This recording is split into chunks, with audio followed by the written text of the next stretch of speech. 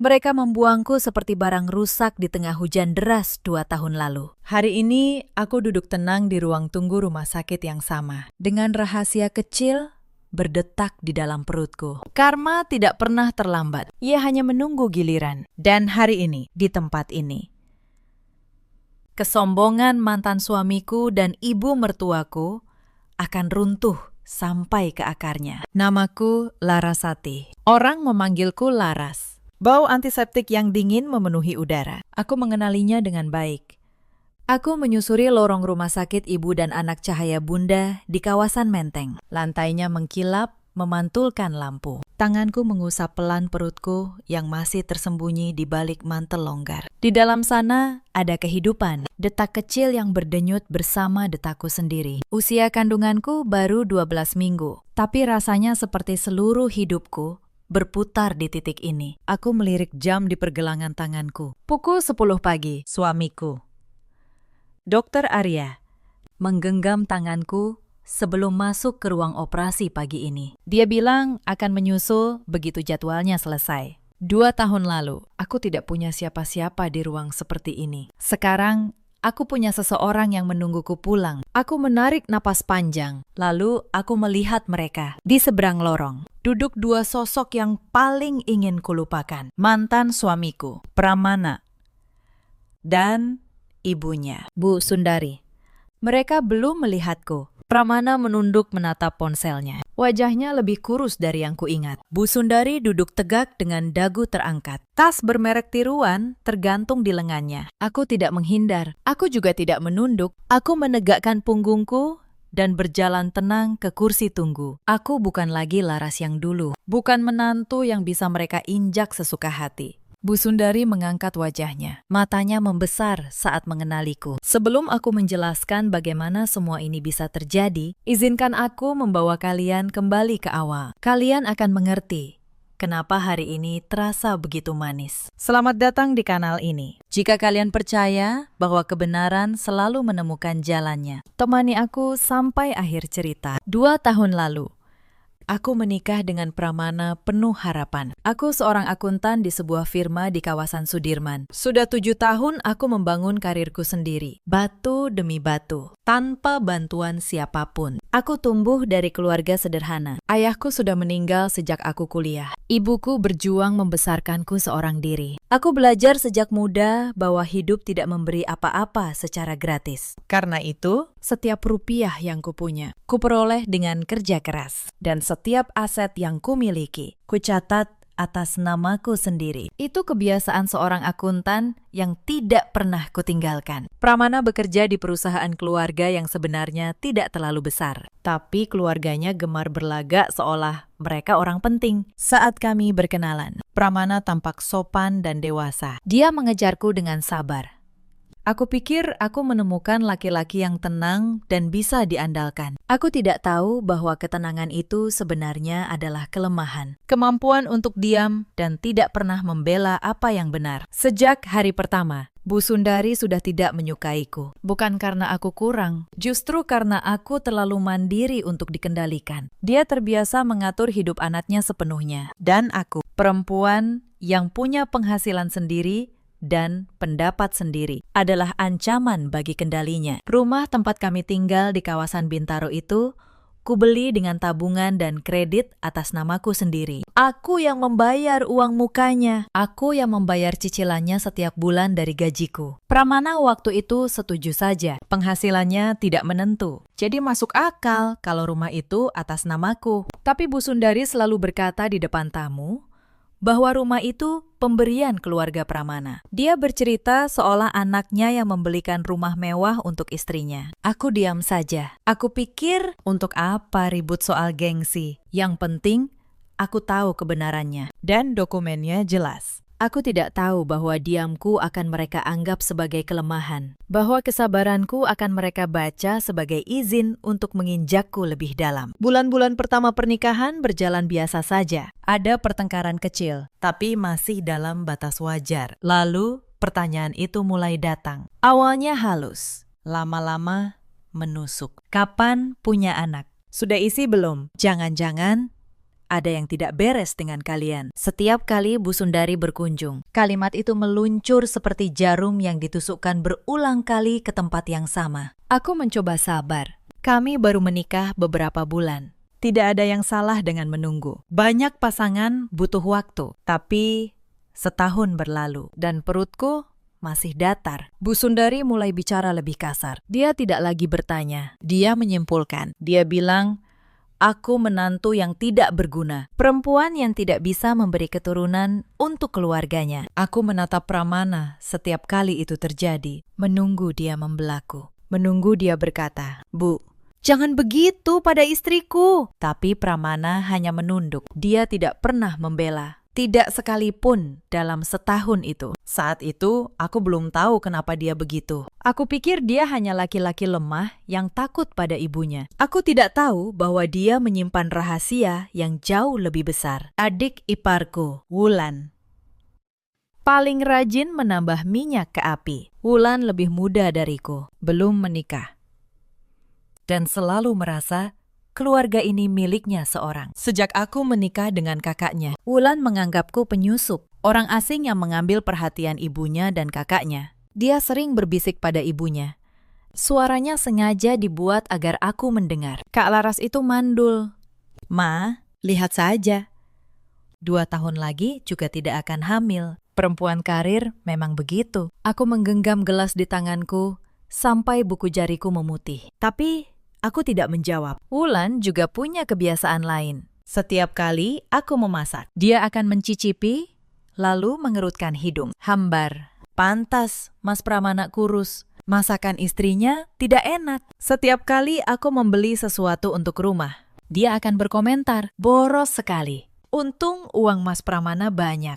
Padahal semua itu kubeli dari gajiku sendiri. Tapi di rumah itu, kebenaran tidak pernah penting. Yang penting adalah cerita yang mereka mau percayai. Aku menahan semuanya, karena aku tahu satu hal yang tidak mereka tahu. Aku menyimpan sebuah pertanyaan di kepalaku. Kenapa aku tidak bisa hamil? Sebab beberapa bulan setelah menikah, aku pernah terlambat. Aku sempat berpikir, aku hamil. Aku bahkan sempat membayangkan wajah bayiku. Lalu, semuanya hilang begitu saja. Sebelum aku sempat memeriksanya ke dokter, aku menyimpan kecurigaan itu sendiri. Aku belum berani mengucapkannya. Karena di rumah itu, setiap kata yang keluar dari mulutku bisa dijadikan senjata untuk menyerangku balik. Suatu sore, keadaan memuncak.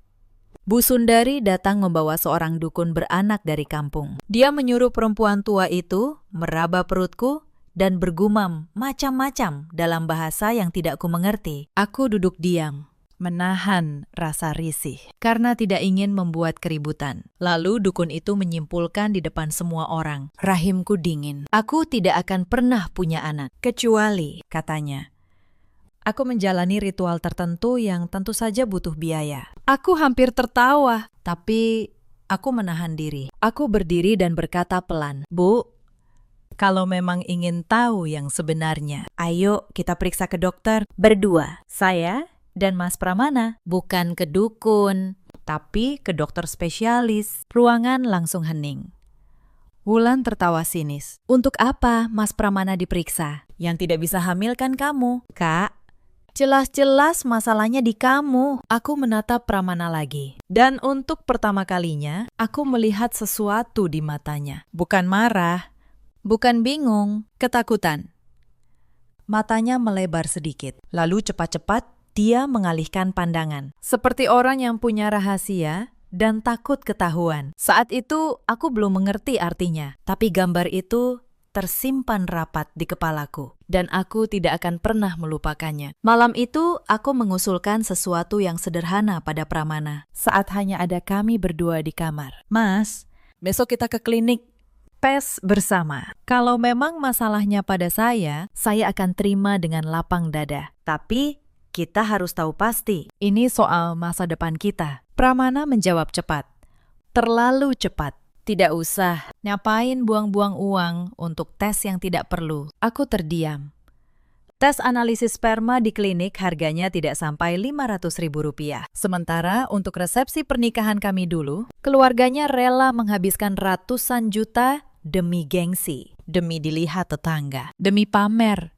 500.000 untuk kebenaran terasa terlalu mahal bagi mereka. Tapi ratusan juta untuk pamer sama sekali tidak masalah. Saat itulah aku mulai benar-benar curiga. Kenapa Pramana begitu takut pada satu tes kecil yang sederhana? Kalau dia yakin masalahnya ada padaku, harusnya dia yang paling semangat membuktikannya. Tapi dia justru menghindar. Orang yang tidak bersalah tidak takut pada kebenaran. Hanya orang yang menyembunyikan sesuatu yang takut diperiksa. Aku memutuskan untuk mencari tahu sendiri. Tapi sebelum aku sempat, tekanan di rumah itu semakin menggila. Suatu pagi, Bu Sundari datang tanpa memberitahu. Dia membawa beberapa kerabat perempuan dari kampung. Mereka masuk ke kamarku tanpa permisi. Mereka membuka lemariku, memeriksa pakaian dalamku, mencari entah apa. Kami hanya ingin memastikan kamu benar-benar perempuan norma, kata Bu Sundari dingin. Aku berdiri di ambang pintu dengan tangan mengepal. Bu,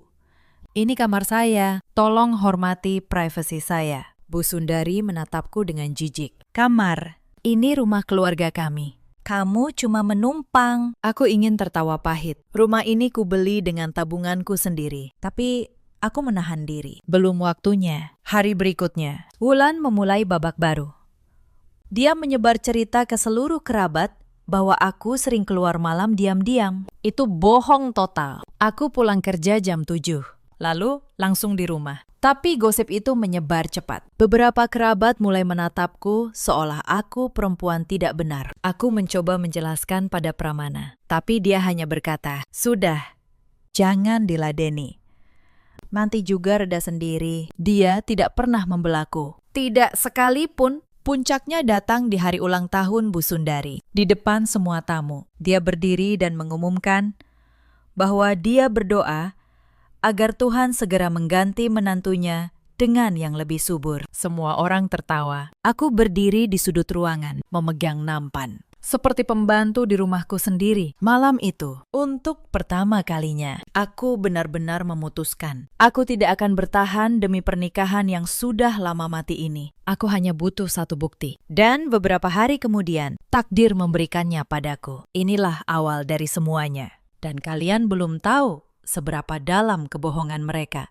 Beberapa minggu kemudian, aku menemukan sesuatu di laci meja kerja Pramana. Aku tidak sengaja. Aku hanya mencari buku tabungan untuk membayar cicilan rumah. Yang seperti biasa, ku bayar dari rekeningku sendiri. Laci paling bawah biasanya terkunci. Tapi hari itu kuncinya tertinggal di lubangnya. Aku membukanya untuk mencari buku tabungan. Tapi yang kutemukan adalah sebuah amplop coklat dari sebuah laboratorium klinik. Aku tidak tahu kenapa, tapi tanganku langsung tertarik untuk membukanya. Tanganku gemetar saat menarik kertas di dalamnya. Di dalamnya ada hasil pemeriksaan atas nama Pramana. Tanggalnya 6 bulan yang lalu. Aku membaca baris demi baris. Istilah medisnya rumit, tapi kesimpulannya jelas tertulis di bagian bawah. Aku membacanya 3 kali untuk memastikan aku tidak salah baca. Hasilnya jelas. Pramana yang memiliki masalah. Bukan aku, tidak pernah aku. Aku duduk perlahan di kursi kerjanya dengan kertas itu di tanganku. Jadi,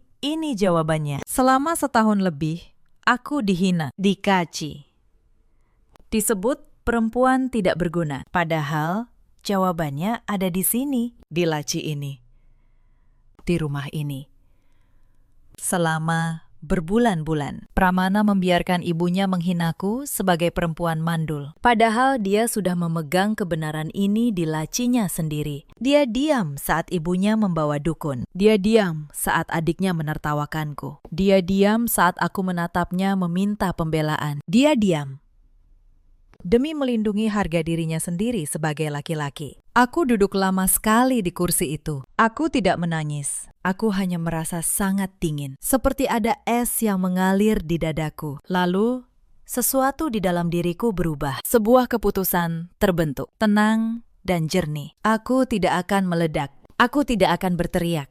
Karena perempuan yang berteriak akan dianggap histeris. Dan suaranya akan diabaikan. Aku akan diam. Tapi diamku kali ini berbeda. Ini diam seorang akuntan yang sedang mengumpulkan bukti. Aku mengambil ponselku. Aku memotret hasil itu dari berbagai sudut, memastikan setiap detail terbaca jelas. Nama, tanggal, nomor registrasi, tanda tangan dokter. Aku menyimpan salinannya di tempat yang hanya aku yang tahu. Lalu aku mengembalikan amplop itu ke laci, persis seperti semula. Aku mengunci laci dan mengembalikan kuncinya ke tempatnya. Aku belum tahu kapan, tapi aku tahu.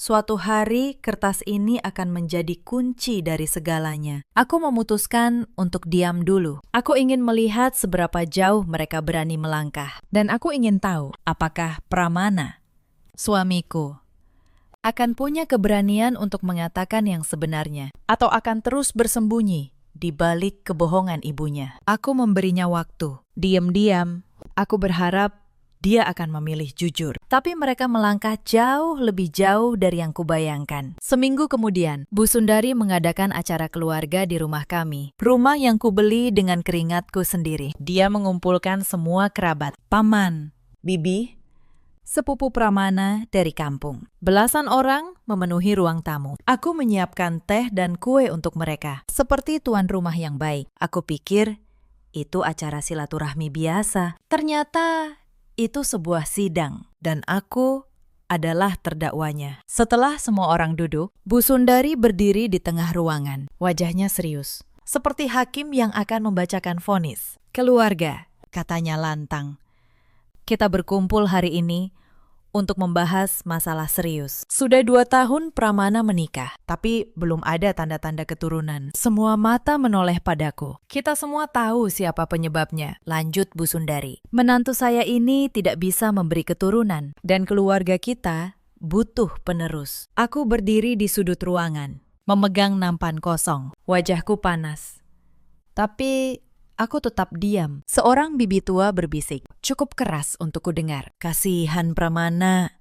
Sudah sabar 2 tahun. Bibi yang lain menambahkan, memang perempuan karir begitu, sibuk kerja, lupa kodratnya jadi perempuan. Setiap kalimat seperti jarum yang menusuk. Tapi aku menahan diri. Wulan duduk di sudut dengan senyum kemenangan yang tidak dia sembunyikan. Dia menikmati setiap detik penghinaan ini. Bu Sundari melanjutkan, karena itu keluarga sudah mengambil keputusan. Pramana harus menceraikan menantu ini. Kami akan mencarikan istri baru yang bisa memberi keturunan. Ruangan riuh dengan persetujuan. Beberapa kerabat mengangguk-angguk. Aku menatap sekeliling. Semua mata memandangku dengan kasihan bercampur jijik. Seolah aku barang cacat yang harus dibuang. Aku menatap Pramana untuk terakhir kalinya. Dia duduk di antara ibunya dan kerabatnya, menunduk. Aku memberinya satu kesempatan terakhir. 1. Aku berharap, walau sedikit, dia akan berdiri dan mengatakan kebenaran yang dia simpan di lacinya. Mas, kataku tenang. Menembus keriuhan ruangan. Apa kamu yakin masalahnya ada pada saya? Ruangan mendadak hening. Mata Pramana bergetar. Dia tahu persis apa yang kumaksud. Dia tahu, aku tahu. Untuk sesaat. Aku melihat keraguan di wajahnya. Sebuah celah, kesempatan untuk jujur. Tapi lalu dia menunduk lebih dalam dan berkata pelan, "Sudahlah, Laras, jangan dipersulit keadaan." Saat itu, hatiku benar-benar mati untuknya. Bukan karena dia tidak mencintaiku, tapi karena dia memilih kebohongan demi kenyamanannya sendiri. Bahkan saat kebenaran bisa menyelamatkanku. Bu Sundari berdiri dan menunjuk pintu. Sudah, tidak ada gunanya bicara lagi. Keluar dari rumah ini sekarang. Kami tidak butuh menantu yang tidak berguna. Di luar, hujan turun deras. Petir sesekali menyambar. Aku ingin tertawa. Mereka mengusirku dari rumahku sendiri. Rumah yang sertifikatnya ada namaku. Rumah yang cicilannya kubayar dari gajiku. Tapi aku tidak berkata apa-apa tentang itu. Belum waktunya. Aku meletakkan nampan dengan tenang. Aku masuk ke kamar, mengambil satu koper kecil, dan memasukkan beberapa pakaian seadanya. Yang paling penting, aku memastikan ponselku, yang menyimpan salinan amplop coklat itu, ada di dalam tasku. Saat aku keluar, semua kerabat menatapku. Tidak ada satupun yang membelaku. Tidak ada satupun yang bertanya, apakah aku baik-baik saja? Aku berjalan menembus hujan menuju jalan. Air membasahi seluruh tubuhku dalam hitungan detik. Di belakangku, Aku mendengar pintu rumah ditutup. Pintu rumahku sendiri ditutup di depan wajahku. Aku berhenti sejenak di tepi jalan, di bawah guyuran hujan. Aku tidak menangis. Aku justru merasa tenang. Yang aneh, karena saat itu aku tahu ini bukan akhir. Ini awal. Mereka pikir mereka sedang membuang sampah. Mereka tidak tahu. Mereka baru saja membuang berlian dan memungut kerikil. Aku menumpang di rumah sahabatku, Mbak Anin. Malam itu, Mbak Anin membukakan pintu dengan wajah terkejut melihatku basah kuyup. Dia langsung mengambil handuk dan membuatkanku teh hangat. Apa yang terjadi, Laras? Tanyanya cemas. Aku menceritakan semuanya dengan suara datar. Sidang keluarga, pengusiran, hujan. Mbak Anin menangis mendengarnya. Tapi aku tidak. Aku sudah selesai dengan air mata. Aku tidak menangis di depannya. Aku menangis nanti saat sendirian di kamar tamunya. Dan hanya sekali. Aku menangisi semua tahun yang terbuang. Aku menangisi perempuan yang dulu begitu sabar sampai lupa membela dirinya sendiri. Lalu aku berhenti menangis karena air mata tidak akan membayar cicilan dan tidak akan mengembalikan harga diriku. Keesokan paginya, aku bangun dengan kepala yang jernih. Untuk pertama kalinya dalam 2 tahun, aku tahu persis apa yang harus kulakukan. Aku menelpon pengacaraku, Pak Surya. Aku sudah mengenalnya melalui pekerjaan dan aku mempercayainya. Aku menyampaikan 3 hal dengan tenang dan terstruktur, seperti menyusun laporan keuangan. Pertama, aku ingin proses cerai dimulai secepatnya. Aku tidak mau lagi terikat dengan laki-laki yang membiarkanku dihancurkan. Kedua, rumah Bintaro itu atas namaku, lengkap dengan bukti pembayaran cicilan dari rekeningku. Aku ingin mereka mengosongkannya sesuai hukum.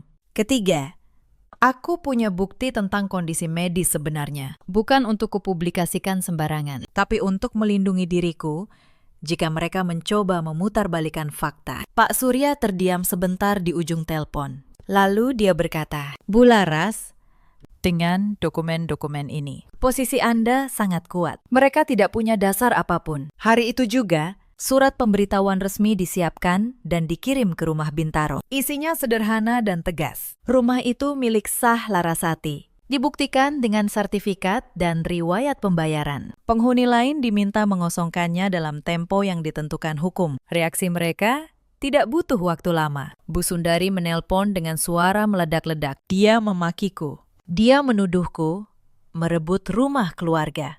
Dia bilang, aku perempuan licik yang merencanakan ini sejak awal. Aku mendengarkan semua makiannya dengan tenang. Lalu aku menjawab dengan satu kalimat. Bu, silakan tanya pengacara ibu tentang siapa nama yang tertera di sertifikat. Semuanya hitam di atas putih. Tidak ada yang bisa diperdebatkan.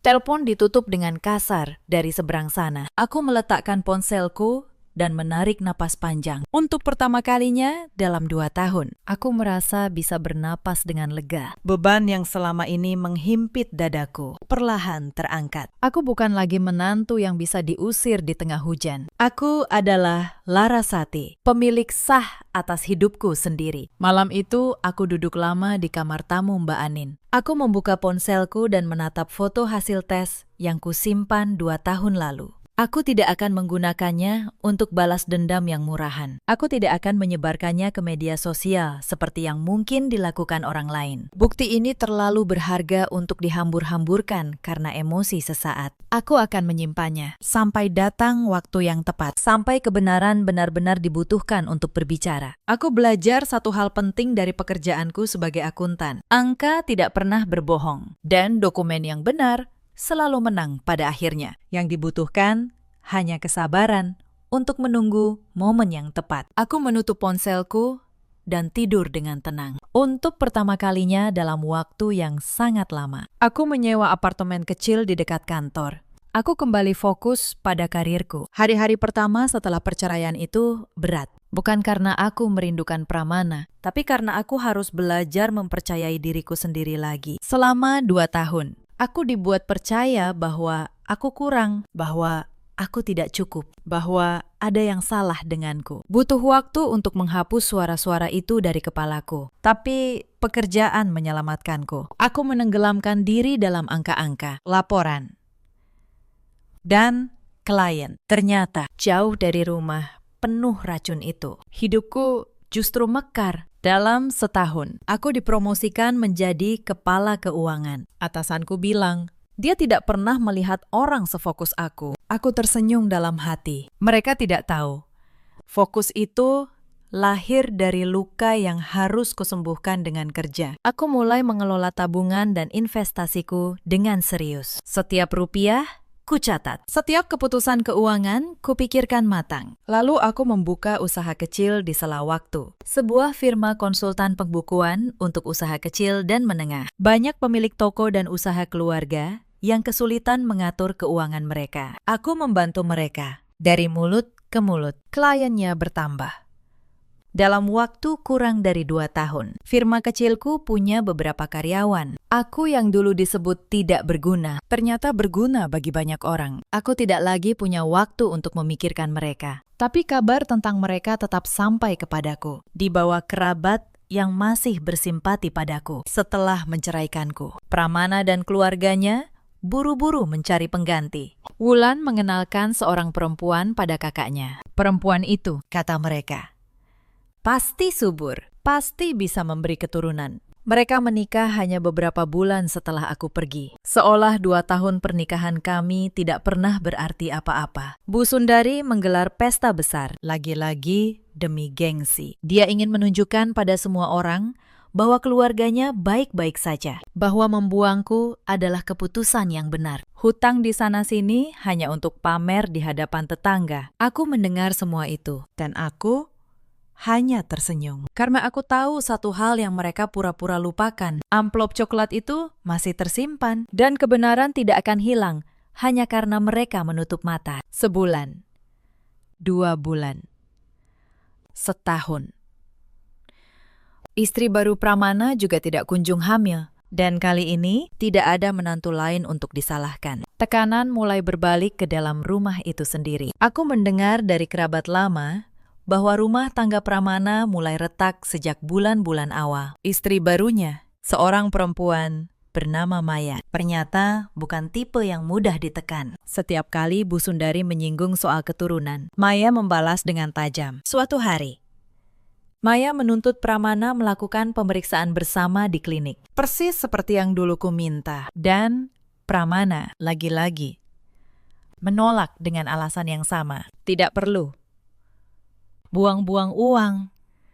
Tapi Maya tidak sepertiku dulu. Dia tidak mau diam, sementara perang dingin terjadi di rumah itu. Hutang pesta pernikahan mereka mulai ditagih. Bu Sundari, yang dulu sibuk pamer, sekarang sibuk menghindari telepon dari rentenir. Wulan, adik ipar yang dulu paling lantang menghinaku, kini harus ikut menanggung beban itu. Mereka pikir membuangku akan membuat hidup mereka lebih ringan. Ternyata akulah satu-satunya orang waras yang dulu menjaga keuangan rumah itu tetap rapi. Tanpa aku, semuanya berantakan dalam 2 tahun. Kabar lain juga sampai padaku. Bu Sundari mencoba meminjam uang ke sana-sini untuk menutup hutang pesta. Beberapa kerabat yang dulu hadir di sidang keluarga kini menghindar saat dia datang. Wulan, yang dulu bermimpi menikah dengan laki-laki kaya, mendapati reputasi keluarganya rusak. Calon-calon yang dia incar mundur satu persatu setelah mendengar cerita tentang keluarga itu. Mereka yang dulu begitu sibuk menjaga citra, kini menyaksikan citra itu hancur dari dalam. Dan yang paling pahit bagi mereka, semua itu terjadi bukan karena aku menyerang. Aku tidak melakukan apa-apa. Aku hanya pergi dan membiarkan kebenaran melakukan tugasnya. Sementara itu, hidupku berjalan ke arah yang sama sekali tidak kuduga. Aku bertemu Arya di sebuah acara amal yang diadakan kliennya. Aku hampir tidak datang malam itu. Aku lelah. Dan acara sosial bukan tempat favoritku. Tapi klienku memohon. Jadi aku hadir sebentar. Arya seorang dokter spesialis. Dia berdiri di sudut ruangan. Sama-sama terlihat ingin segera pulang sepertiku. Kami mulai mengobrol karena sama-sama menghindari panggung utama. Dia tenang, sopan, dan mendengarkan lebih banyak daripada berbicara. Tidak ada percikan dramatis, hanya percakapan yang nyaman, seperti dua orang dewasa yang sama-sama sudah lelah berpura-pura. Kami bertemu lagi beberapa kali setelah itu, selalu dengan cara yang sederhana. Makan siang, berjalan-jalan, berbicara tentang banyak hal. Suatu hari, aku memutuskan untuk jujur padanya. Aku menceritakan semuanya. Pernikahanku yang gagal, tuduhan mandul, pengusiran di tengah hujan, bahkan amplop coklat itu. Aku pikir dia akan mundur. Banyak laki-laki yang tidak nyaman dengan perempuan yang punya masa lalu seberat itu. Tapi Arya hanya terdiam sejenak. Lalu dia berkata satu kalimat yang tidak pernah kulupakan. Yang membuangmu sedang kehilangan banyak hal. Dan yang menemukanmu sedang sangat beruntung saat itu. Untuk pertama kalinya dalam bertahun-tahun, aku merasa benar-benar dilihat. Bukan sebagai rahim yang harus produktif, tapi sebagai manusia. Kami menikah setahun kemudian, dengan acara yang sederhana dan hangat. Hanya keluarga dekat dan beberapa sahabat. Tanpa gengsi, tanpa pamer, tanpa hutang.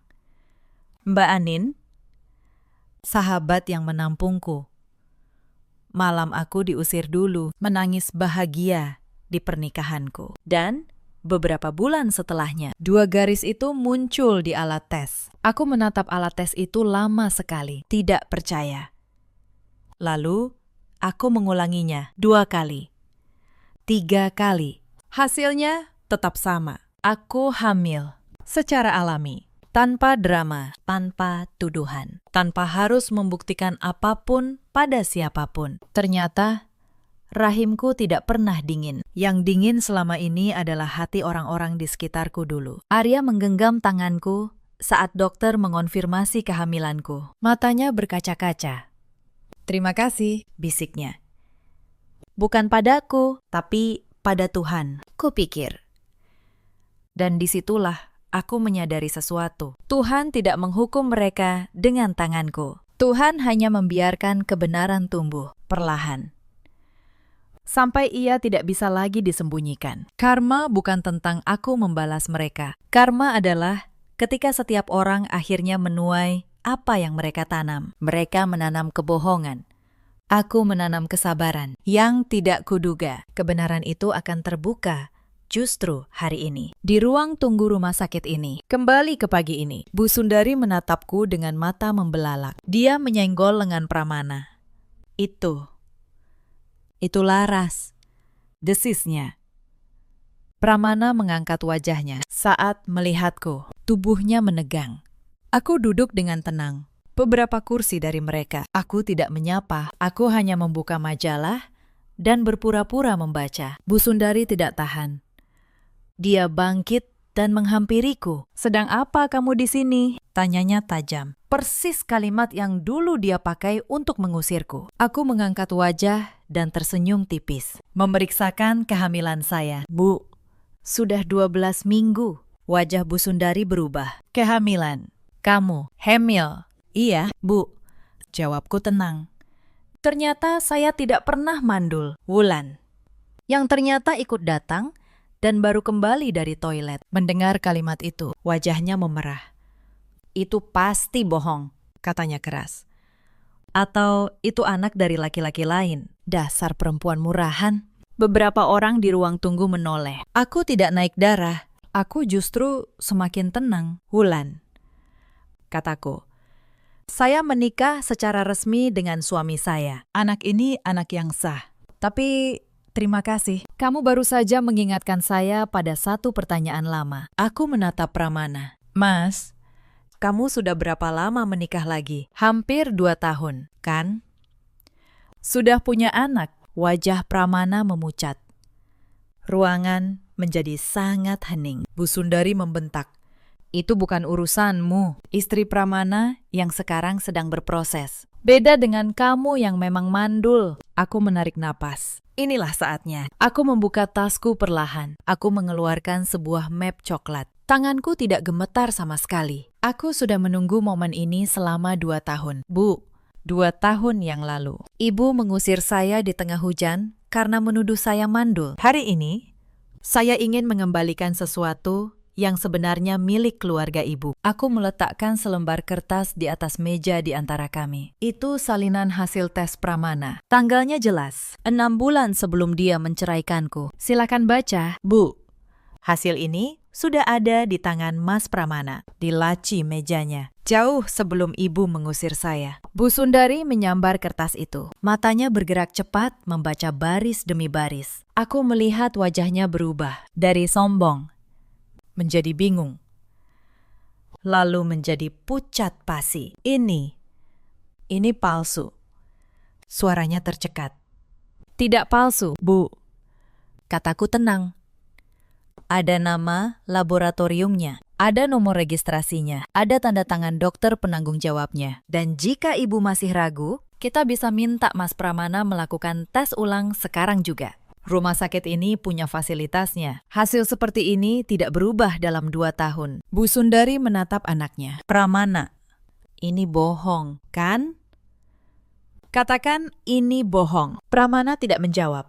Wajahnya menunduk dalam-dalam. Diam itu lebih keras daripada teriakan apapun. Pramana berdiri tiba-tiba. Wajahnya pucat pasi. Hentikan. Laras. Cukup. Cukup. Aku menatapnya. Suaraku tetap tenang, tapi setiap kata kuucapkan dengan jelas. Mas, selama 2 tahun saya dicap sebagai perempuan mandul oleh seluruh keluargamu. Saya dihina di depan kerabat. Saya diperlakukan seperti pembantu di rumah saya sendiri. Saya diusir di tengah hujan seperti sampah. Aku berhenti sejenak. Dan selama itu, kamu tahu kebenarannya. Kertas ini ada di lacimu. Kamu memilih diam dan membiarkan ibumu menghancurkan harga diriku hanya untuk menyelamatkan harga dirimu sendiri. Sekarang kamu minta saya berhenti. Pramana membuka mulutnya, tapi tidak ada kata yang keluar. Aku menoleh pada Bu Sundari. Bu, selama ini ibu sibuk menyalahkan menantu. Ibu membawa dukun. Ibu menggelar sidang keluarga. Ibu mengusir saya. Padahal jawabannya ada pada anak ibu sendiri. Sepanjang waktu, Bu Sundari terlihat seperti kehilangan tenaga di kakinya. Dan Bu, lanjutku, istri baru Mas Pramana tidak hamil bukan karena dia. Sama seperti saya dulu. Ibu sudah salah menyalahkan 2 perempuan. Berapa lagi yang harus ibu hancurkan sebelum ibu mau melihat kebenaran? Bu Sundari terhuyung dan jatuh terduduk di kursi. Tubuhnya gemetar. Wulan berdiri membeku, mulutnya terbuka, tapi tidak ada suara keluar. Beberapa orang di ruang tunggu sudah berhenti berpura-pura tidak mendengar. Mereka menyaksikan semuanya. Wulan akhirnya menemukan suaranya. Kamu sengaja datang ke sini untuk mempermalukan kami. Aku menggeleng pelan. Tidak. Wulan, aku datang ke sini untuk memeriksakan kandunganku. Kalian yang kebetulan ada di sini. Aku hanya menjawab pertanyaan yang ibumu ajukan tadi. Aku menatap Wulan lurus. Kamu yang dulu paling sering bilang, aku mandul, Wulan. Kamu yang menyebar gosip kalau aku perempuan tidak benar. Sekarang lihat, siapa yang sebenarnya menyembunyikan kebohongan selama ini? Wulan tidak bisa menjawab. Air mata mulai menggenang di matanya. Bukan karena sedih, tapi karena malu. Saat itulah pintu ruang tunggu terbuka. Arya masuk. Masih mengenakan jas dokternya. Papan namanya terlihat jelas di dada. Dia berjalan ke arahku dengan tenang dan berdiri di sampingku. Maaf, lama. Sayang, katanya lembut sambil meletakkan tangannya di bahuku. Lalu dia menatap ketiga orang itu. Ada masalah. Bu Sundari mengangkat wajahnya. Dia menatap Arya, lalu menatap jas dokter dan papan namanya. Wajahnya berubah pucat untuk kesekian kalinya karena dia mengenali nama itu. Arya adalah dokter spesialis yang cukup dikenal di kota ini, bukan orang sembarangan. Aku bisa melihat perhitungan berputar di kepala Bu Sundari. Dalam sekejap, gambaran tentangku berubah total di matanya. Dari menantu mandul yang dibuang di tengah hujan, menjadi istri seorang dokter terhormat, sedang mengandung anak yang sah, dengan hidup yang jauh lebih baik daripada keluarga yang membuangnya. Dan keluarganya sendirilah yang selama ini menyimpan rahasia kemandulan itu. Tidak ada masalah, Mas, kataku pada Arya sambil tersenyum tenang. Kami hanya kebetulan bertemu kenalan lama. Arya mengangguk sopan pada mereka. Meski dia sudah tahu siapa mereka dari ceritaku. Aku berdiri. Aku merapikan mantelku perlahan. Lalu aku menatap Bu Sundari untuk terakhir kalinya. Bu Sundari, kataku. Saya tidak datang untuk membalas dendam. Saya sudah lama berhenti menyimpan dendam. Karena itu, hanya akan meracuni anak yang saya kandung. Saya datang ke sini untuk memeriksakan anak saya. Tapi karena ibu yang bertanya, sekarang ibu sudah tahu jawabannya. Aku berhenti. Yang saya minta hanya satu, berhenti menghancurkan perempuan lain dengan tuduhan yang ibu sendiri tidak pernah berani buktikan. Bu Sundari tidak menjawab. Dia hanya menunduk, memegang kertas hasil tes itu dengan tangan gemetar. Aku menggandeng tangan Arya. Kami berjalan menuju ruang periksa. Di belakangku, aku mendengar Wulan mulai terisak. Dan suara Bu Sundari yang membentak Pramana dengan kalimat yang dulu dia tujukan padaku. Kenapa kamu menyembunyikan ini? Kenapa kamu membohongi ibu selama ini? Kenapa kamu biarkan semua ini terjadi? Aku tidak menoleh ke belakang. Roda sudah berputar penuh. Di ruang periksa, Arya menggenggam tanganku saat layar USG menyala. Detak jantung kecil itu terdengar memenuhi ruangan. Cepat, kuat, penuh kehidupan. Air mataku jatuh. Tapi kali ini, untuk pertama kalinya dalam waktu yang sangat lama, ini adalah air mata bahagia. Beberapa minggu setelah pertemuan itu, kabar demi kabar sampai kepadaku. Pernikahan kedua Pramana berakhir. Maya, istrinya,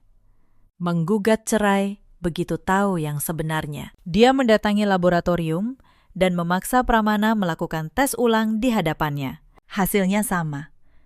Dia merasa ditipu, persis seperti aku dulu. Bedanya, Maya tidak mau membuang waktu bertahun-tahun. Dia langsung pergi. Bu Sundari jatuh sakit karena malu. Cerita tentang keluarganya menyebar di lingkungan tempat tinggalnya. Tetangga yang dulu dia pamerkan kemewahannya, kini berbisik-bisik di belakangnya. Gengsi yang dia jaga mati-matian runtuh dalam sekejap.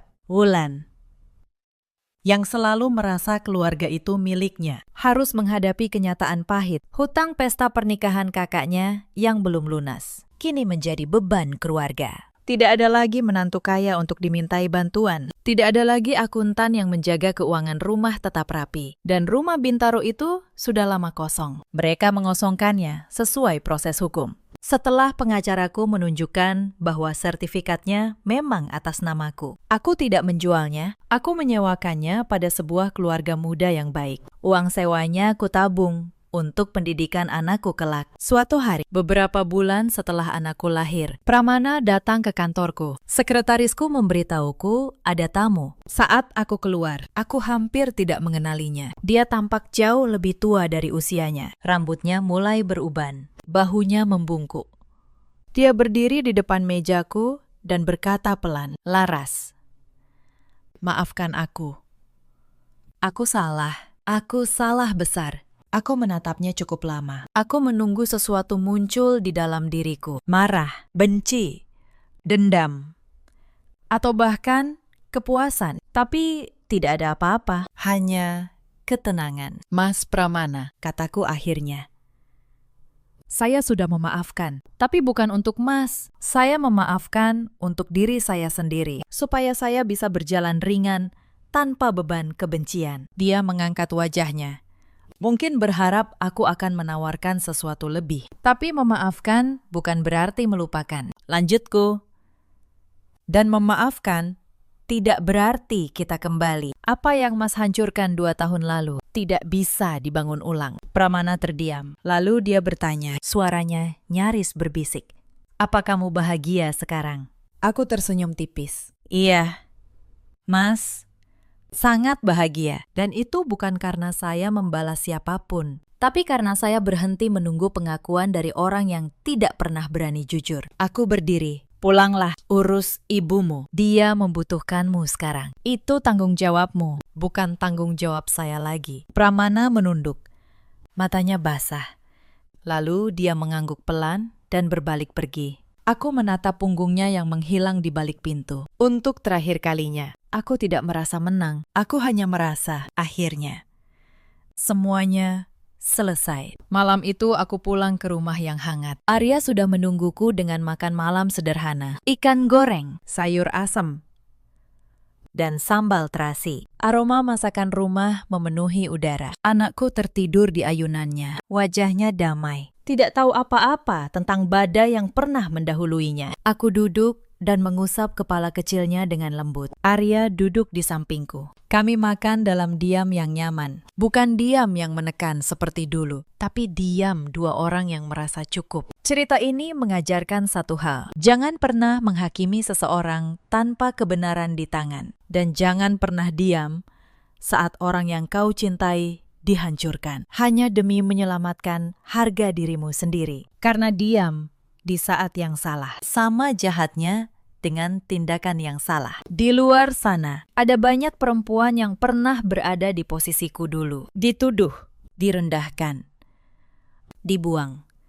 Padahal mereka tidak bersalah sama sekali. Mereka diam karena takut. Mereka bertahan karena berpikir itu kewajiban mereka. Mereka menyalahkan diri sendiri atas kesalahan yang bukan milik mereka. Aku ingin kalian tahu satu hal. Nilai kalian tidak ditentukan oleh orang yang membuang kalian. Nilai kalian tidak hilang hanya karena ada yang gagal melihatnya. Berlian yang dibuang ke lumpur tetaplah berlian. Yang membuangnya hanya membuktikan bahwa dia tidak pernah tahu cara mengenali nilai. Ada juga banyak laki-laki seperti Pramana di luar sana yang tahu kebenaran, tapi memilih diam karena takut kehilangan muka. Ketakutan itu akhirnya menghancurkan mereka sendiri. Lebih parah daripada kebenaran yang mereka takuti. Dan ada pula para ibu seperti Bu Sundari, yang begitu sibuk menjaga gengsi di mata orang lain, sampai lupa menjaga hati orang-orang di dalam rumahnya sendiri. Mereka membangun istana dari gengsi,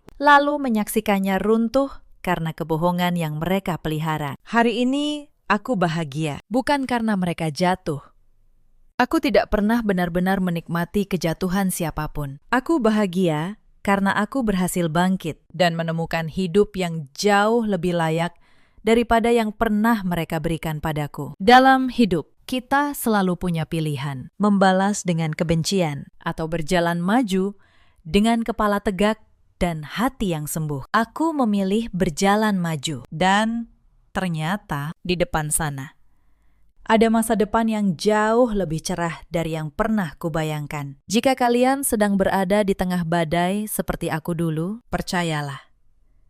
Kebenaran punya caranya sendiri untuk muncul ke permukaan. Tugas kalian hanya bertahan, menjaga harga diri, dan tidak kehilangan diri kalian sendiri di tengah jalan. Ceritakan kisah kalian di kolom komentar. Terima kasih sudah menemani sampai akhir. Malam itu, di ruang persalinan sebuah rumah sakit di kawasan Cinere, saya hampir kehilangan nyawa. Tekanan darah saya turun, bayi saya melintang, dokter berteriak meminta tindakan darurat. Dan di tengah semua itu, ibu mertua saya berdiri di pintu kamar, melipat tangan, lalu berkata dingin, "Yang penting cucu saya selamat, soal menantu masih bisa dicari lagi." Saya mendengar kalimat itu di antara sadar dan tidak. Kalimat yang akan saya ingat seumur hidup. Saya Anindya, dan malam itu adalah malam saya berhenti berharap dicintai oleh keluarga suami saya. Tapi mereka tidak tahu satu hal. Rumah megah tempat mereka tinggal. Tanah tempat rumah itu berdiri. Semua dokumennya menyimpan satu nama. Dan nama itu bukan nama ibu mertua saya. Halo, sahabat. Selamat datang kembali di kanal ini. Tempat kita berbagi kisah rumah tangga, air mata, dan pelajaran hidup yang bisa kita renungkan bersama. Sebelum kita mulai, tekan tombol subscribe dan nyalakan lonceng notifikasinya supaya kalian tidak ketinggalan kisah-kisah berikutnya. Tuliskan juga dari kota mana kalian menonton di kolom komentar sekarang. Mari kita mulai. Nama saya Anindya. Usia saya 31 tahun. Saya bekerja sebagai auditor pajak di sebuah firma di kawasan Sudirman. Sudah 6 tahun saya menikah dengan Damar. Dan baru saja saya melahirkan anak pertama kami. Saya bukan perempuan yang lemah. Setiap hari saya membaca laporan keuangan tebal. Menelusuri angka yang disembunyikan orang. Menemukan kesalahan yang sengaja dikubur. Saya terbiasa dengan dokumen. Dengan tanda tangan, dengan hitam di atas putih. Tapi di rumah keluarga suami saya. Semua keahlian itu seakan tidak ada artinya. Kami tinggal di sebuah rumah besar 2 lantai di kawasan Bintaro. Rumah dengan halaman luas, pagar tinggi, dan ruang tamu yang bisa menampung 30 orang. Di mata tetangga, itu rumah keluarga yang terpandang. Di mata saya, itu rumah tempat saya merasa paling sendirian. Yang menguasai rumah itu bukan suami saya. Bukan juga saya, tapi ibu mertua saya, Bu Sukarni. Bu Sukarni berusia 60 tahun. Rambutnya selalu disanggul rapi, bicaranya pelan. Tapi setiap kata seperti jarum. Sejak hari pertama saya masuk ke rumah itu, ia sudah memutuskan satu hal tentang saya, bahwa saya hanyalah perempuan yang menumpang hidup di rumahnya. Kamu beruntung, Nindya, katanya suatu pagi, sambil menyeruput teh. Bisa masuk ke keluarga seperti kami, jadi tahu diri sedikit. Saya hanya tersenyum. Saya pikir lama-lama beliau akan melihat saya berbeda. Saya salah. Di rumah itu ada satu orang lagi yang membuat hidup saya terasa sempit. Wulan, adik ipar saya, adik kandung Damar. Usianya 29 tahun, belum menikah, dan tinggal di rumah ibunya. Kalau Bu Sukarni adalah orang yang melukai dengan kata, Wulan adalah orang yang melukai dengan rencana. Ia tidak pernah membentak. Ia hanya tersenyum manis, lalu membisikkan sesuatu ke telinga ibunya. Dan keesokan harinya, hidup saya bertambah berat. Lalu ada Damar, suami saya. Damar bukan lelaki jahat. Itu yang dulu saya kira. Ia hanya lelaki yang memilih untuk tidak melihat. Setiap kali ibunya merendahkan saya, ia menunduk. Setiap kali adiknya menjebak saya, ia berkata, "Sudahlah, Nindya. Mengalah saja. Itu kan ibu saya." Mengalah. Kata itu menjadi penjara saya selama 6 tahun. Saya masih ingat tahun-tahun awal pernikahan kami. Saya datang ke rumah itu dengan hati penuh harapan. Saya membawa oleh-oleh untuk Bu Sukarni setiap kali pulang kerja. Saya memanggilnya ibu dengan tulus. Mencoba menjadi anak perempuan yang tidak pernah ia miliki. Tapi setiap usaha saya selalu ditepis. Ketika saya memasak masakan kesukaan Damar, Bu Sukarni mencicipinya sedikit, lalu meletakkan sendoknya. Rasanya aneh. Masakan kampung memang begini, ya. Untung anak saya tidak rewel. Ketika saya membelikannya kain batik bagus dengan gaji pertama saya, ia menerimanya tanpa melihat, lalu memberikannya kepada Wulan. Wulan lebih pantas. Kamu simpan saja uangmu. Nanti kamu tidak punya apa-apa. Ketika saya hamil, keguguran di tahun kedua. Sebuah kehilangan yang menghancurkan saya. Ia hanya berkata, mungkin memang belum rezeki, atau mungkin rahimmu yang bermasalah. Keluarga kami tidak pernah punya riwayat seperti itu. Setiap kalimat itu adalah luka kecil. Dan luka kecil yang dibiarkan bertahun-tahun, akhirnya menjadi luka yang dalam. Saya pernah mencoba bicara dengan Damar tentang semua ini. Saya menangis di hadapannya, menceritakan betapa sakitnya diperlakukan seperti orang asing di rumah sendiri. Damar memeluk saya saat itu. Tapi kata-katanya selalu sama. Ibu memang begitu. Nindya, sudah tua, susah berubah. Kamu yang sabar, ya.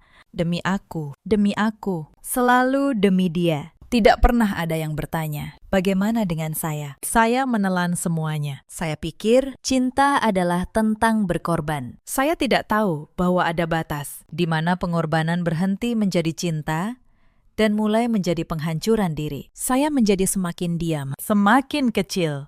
Sampai saya hampir tidak mengenali perempuan yang dulu percaya diri membaca laporan keuangan ratusan halaman. Perempuan yang dulu punya karir dan mimpi. Di rumah itu, saya hanyalah Nindya yang masak, Nindya yang cuci, Nindya yang menumpang. Dan yang paling menyakitkan, saya mulai mempercayainya. Saya mulai berpikir, mungkin memang saya tidak cukup baik. Mungkin memang saya pantas diperlakukan seperti itu. Butuh sebuah malam di ruang persalinan, dengan nyawa saya di ujung tanduk, dan kalimat dingin ibu mertua saya. Untuk akhirnya membangunkan saya. Saya melepaskan banyak hal demi keluarga ini. Saya sempat ditawari posisi kepala tim di kantor. Tapi saya menolak, karena Bu Sukarni bilang, istri yang baik tidak boleh lebih sibuk dari suaminya. Saya berhenti bertemu teman-teman saya, karena katanya, Perempuan menikah tidak pantas keluyuran. Sedikit demi sedikit, saya mengubur diri saya sendiri. Dan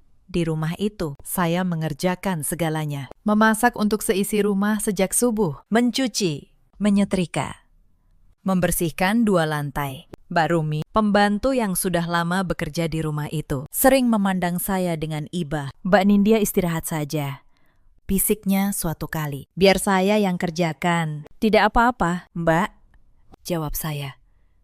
Nanti ibu marah kalau lihat saya tidak kerja. Mbak Rumi hanya menggeleng pelan. Ia tahu sesuatu yang saat itu belum saya sadari sepenuhnya. Bahwa rumah ini berdiri di atas keringat saya. Sementara nama saya tidak pernah disebut dengan hormat di dalamnya. Yang mereka semua tidak tahu. Dan ini yang akan mengubah segalanya. Adalah satu rahasia yang saya simpan rapat selama bertahun-tahun. Rahasia tentang siapa pemilik sebenarnya dari rumah megah itu. Tapi sebelum saya sampai ke sana, izinkan saya menceritakan bagaimana semuanya bermula. Bagaimana saya, perempuan yang dianggap babu di rumah sendiri, perlahan didorong sampai ke titik di mana saya tidak punya pilihan selain berdiri. Semua bermula dari sebuah rumah. 6 tahun lalu, sebelum saya menikah dengan Damar. Keluarga itu sebenarnya tidak sekaya yang terlihat sekarang. Mereka punya nama baik, punya gengsi. Tapi keuangan mereka rapuh. Bapak mertua saya, almarhum, meninggalkan sebidang tanah di Bintaro dan utang yang cukup besar di sebuah bank. Saat itu, Damar datang kepada saya. Wajahnya pucat.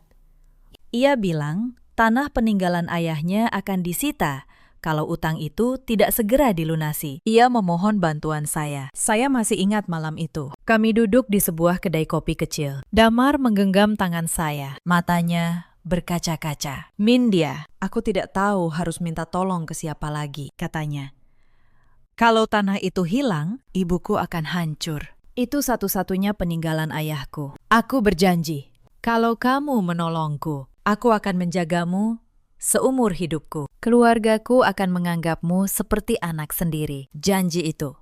Janji yang kemudian tidak pernah ia tepati. Tapi saat itu, saya percaya. Saya mencintai Damar dan saya percaya bahwa menolongnya berarti membangun masa depan kami bersama. Maka saya melakukan sesuatu yang saat itu saya anggap sebagai bukti cinta. Saya menjual apartemen saya, satu-satunya aset yang saya bangun dari kerja keras saya bertahun-tahun sebelum menikah. Saya menambahkan seluruh tabungan saya. Saya melunasi utang keluarga itu. Dan saya membiayai pembangunan rumah 2 lantai yang sekarang mereka tinggali. Tapi saya seorang auditor. Saya tahu betul betapa berbahayanya menyerahkan uang tanpa dokumen. Maka saya meminta satu hal. Saya datang ke notaris bersama Damar. Karena tanah itu warisan, dan rumahnya saya yang biayai sepenuhnya. Kami sepakat membuat akta yang sah. Dan dengan persetujuan Damar saat itu, seluruh sertifikat tanah dan akta kepemilikan rumah dibuat atas satu nama. Nama saya, Anindya. Damar tahu hal ini. Ia menandatanganinya sendiri. Tapi seiring waktu, ia memilih melupakannya. Mungkin karena malu, mungkin karena ibunya tidak pernah tahu dan ia takut mengatakannya. Sementara Bu Sukarni, sejak pindah ke rumah itu, yakin sepenuhnya bahwa rumah itu adalah warisan suaminya yang ia perjuangkan sendiri. Ia memamerkannya ke seluruh keluarga besar. Rumah ini peninggalan almarhum bapak.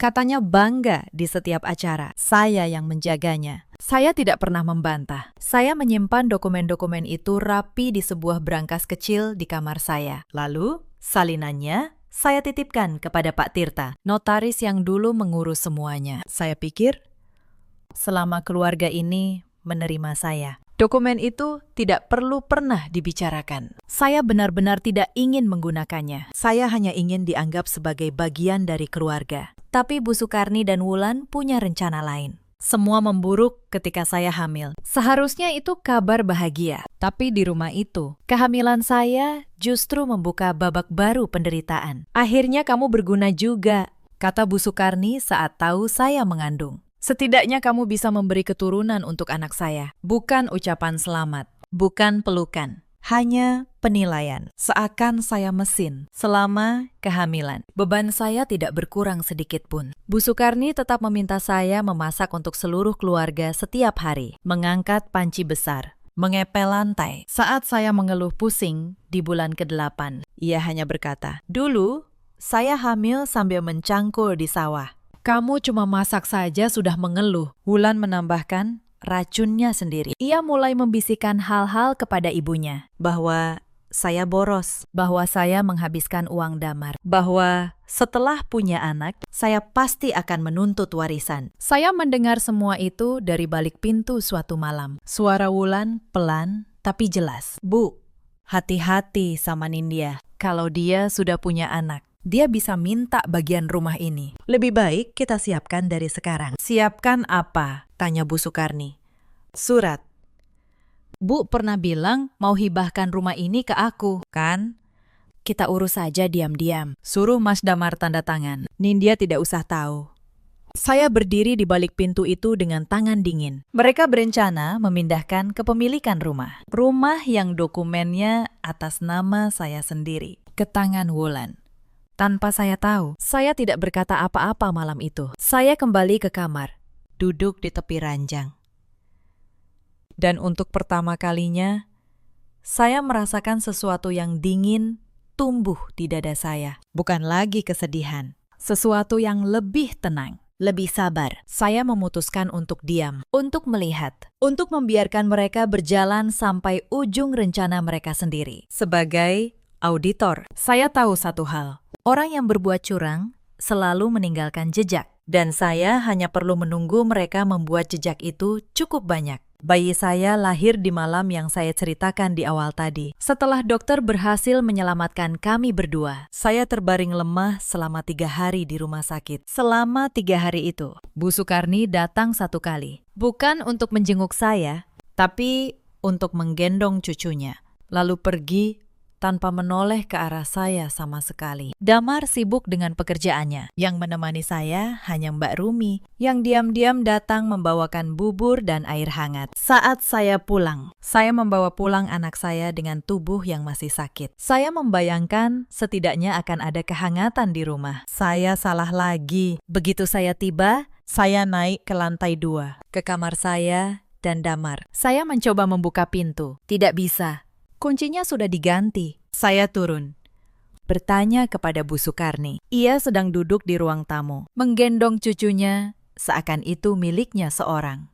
"Oh, kamar itu," katanya tenang. "Sekarang jadi kamar bayi. Cucu saya butuh ruang yang bagus. Kamu pindah ke kamar belakang saja." Kamar belakang. Kamar kecil dekat dapur yang dulu adalah gudang tempat menyimpan barang bekas. Lembab, sempit, tanpa jendela yang layak. Saya berdiri di sana dengan bayi di gendongan. Tubuh masih nyeri bekas operasi. "Bu, saya baru melahirkan. Saya butuh istirahat yang layak." Bu Sukarni menatap saya datar. "Banyak perempuan melahirkan. Nindya, tidak usah dibesar-besarkan. Bawa barangmu ke belakang sekarang." Malam itu, saya tidur di kamar gudang, memeluk bayi saya, mendengar suara tikus di balik dinding, dan saya bertanya dalam hati, sampai kapan ini akan dibiarkan? Tapi saya belum tahu bahwa ini baru permulaan. Hari-hari berikutnya, saya kembali diperlakukan seperti pembantu, lebih buruk dari sebelumnya. Bedanya, kini saya melakukannya sambil menggendong bayi. Lebaran tiba beberapa minggu setelah saya melahirkan. Bagi keluarga lain, Lebaran adalah waktu kehangatan. Bagi saya, itu menjadi puncak kelelahan. Rumah dipenuhi keluarga besar yang mudik dari berbagai kota. Lebih dari 20 orang menginap selama hampir seminggu. Dan semua urusan dapur jatuh ke tangan saya seorang. Saya memasak opor ayam, rendang, ketupat, untuk puluhan mulut sejak sebelum subuh. Saya mencuci tumpukan piring yang tidak pernah habis. Saya menyiapkan kamar untuk para tamu, sementara saya sendiri tidur di gudang. Tubuh saya yang baru pulih dari operasi terasa hampir patah saat para tamu memberikan amplop lebaran kepada anak-anak. Tidak ada satupun yang menyapa saya dengan hangat. Bagi mereka, saya hanyalah perempuan di dapur, bahkan ketika saya mengantar minuman ke ruang tamu. Bu Sukarni menibaskan tangannya. Sudah.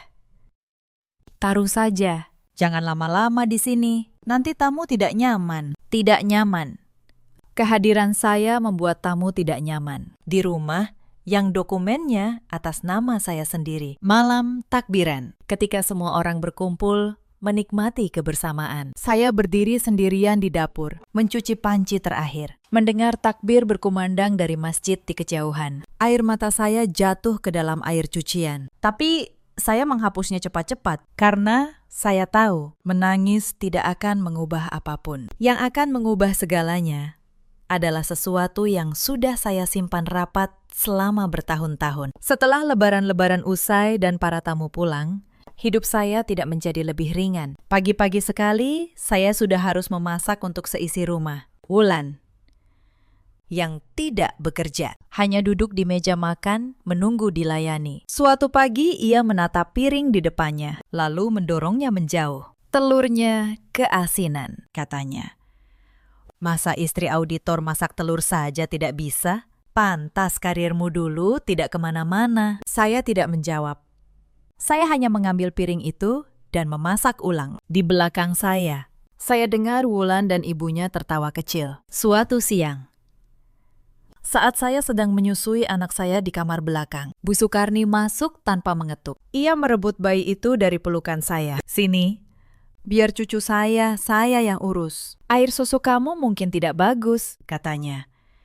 Kamu kerjakan saja cucian itu. Sudah menumpuk. Saya menahan air mata.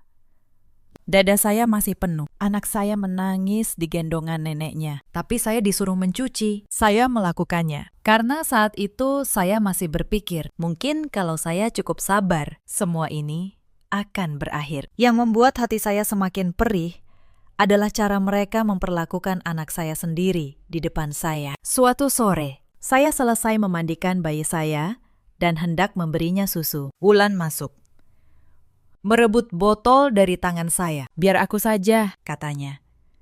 Kamu pegang sapu. Halaman belum disapu. Bayi ini terlalu berharga untuk tangan kasar tukang cuci sepertimu. Saya berdiri dengan tangan kosong, menatap anak saya digendong oleh orang yang bahkan tidak menyayanginya, hanya menggunakannya untuk melukai saya. Saya mengambil sapu itu dan menyapu halaman dengan air mata yang saya tahan agar tidak jatuh. Beberapa hari kemudian, ada kejadian dengan rendang. Bu Sukarni meminta saya memasak rendang untuk tamu pentingnya keesokan hari. Saya memasaknya semalaman dengan bumbu yang saya racik hati-hati. Pagi harinya, ketika saya bangun untuk menyajikannya, saya menemukan panci rendang itu sudah teronggok di lantai dapur. Isinya tumpah, tercampur air kotor pel. Mbak Rumi berbisik kepada saya bahwa ia melihat Wulan menjatuhkannya dengan sengaja dini hari tadi. Ketika tamu datang dan tidak ada rendang, Bu Sukarni memarahi saya di depan mereka. Menantu saya ini memang tidak becus. Disuruh masak saja, gagal. Maklum,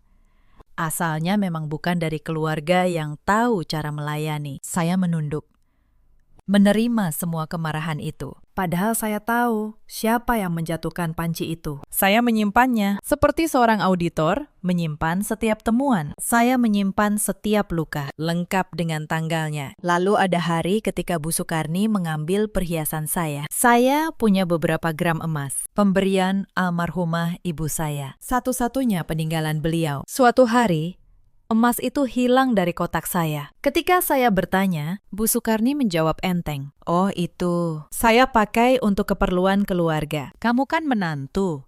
Sudah sepantasnya menyumbang. Lagi pula, emas seperti itu tidak cocok untuk perempuan rendahan. Peninggalan terakhir dari ibu saya diambil begitu saja. Dan saya bahkan tidak boleh protes. Malam itu, saya menangis diam-diam di kamar gudang. Tapi air mata itu adalah air mata terakhir yang saya tumpahkan untuk mereka. Sabar, saya hampir habis pada hari uang itu hilang. Suatu sore, Bu Sukarni berteriak dari kamarnya. Katanya, uang 5 juta rupiah di lacinya hilang. Dan dengan cepat, telunjuknya menunjuk ke arah saya. Pasti kamu, katanya. Siapa lagi yang masuk ke kamar saya kalau bukan kamu yang bersih-bersih? Bu, saya tidak pernah menyentuh uang ibu, kata saya. Lalu siapa? Mbak Rumi. Dia sudah belasan tahun di sini dan tidak pernah mencuri. Kamu yang baru. Kamu yang butuh uang.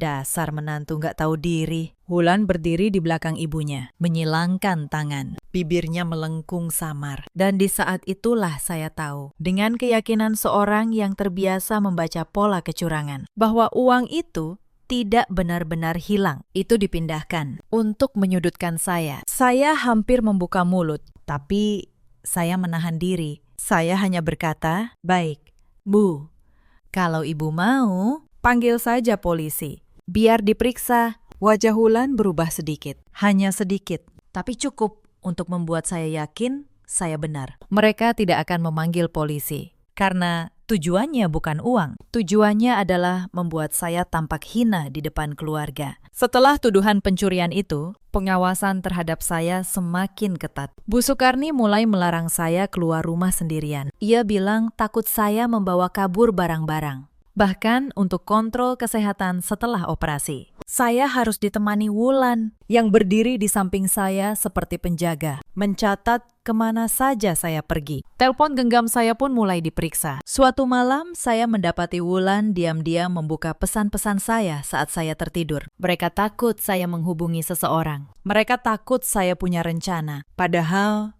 saat itu saya belum punya rencana apapun. Saya hanya bertahan. Tapi tekanan itu justru membuat saya semakin waspada. Saya mulai menyembunyikan dokumen-dokumen penting saya lebih hati-hati. Berangkas kecil di kamar gudang, saya pindahkan isinya. Salinannya saya titipkan diam-diam kepada Mbak Rumi untuk disampaikan keluar. "Mbak yakin?" tanya Mbak Rumi waktu itu. Menerima amplop coklat dari saya. "Ini surat penting, ya.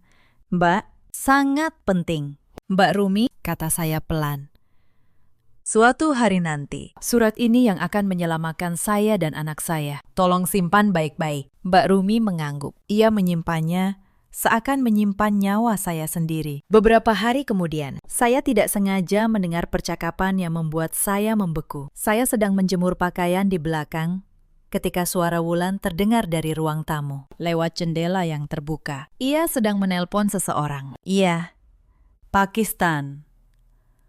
Kami mau urus pemindahan kepemilikan rumah atas nama ibu saya, lalu dihibahkan ke saya. Surat-suratnya bisa Bapak siapkan. Kakak saya yang akan tanda tangan. Soal istrinya, tidak usah dilibatkan.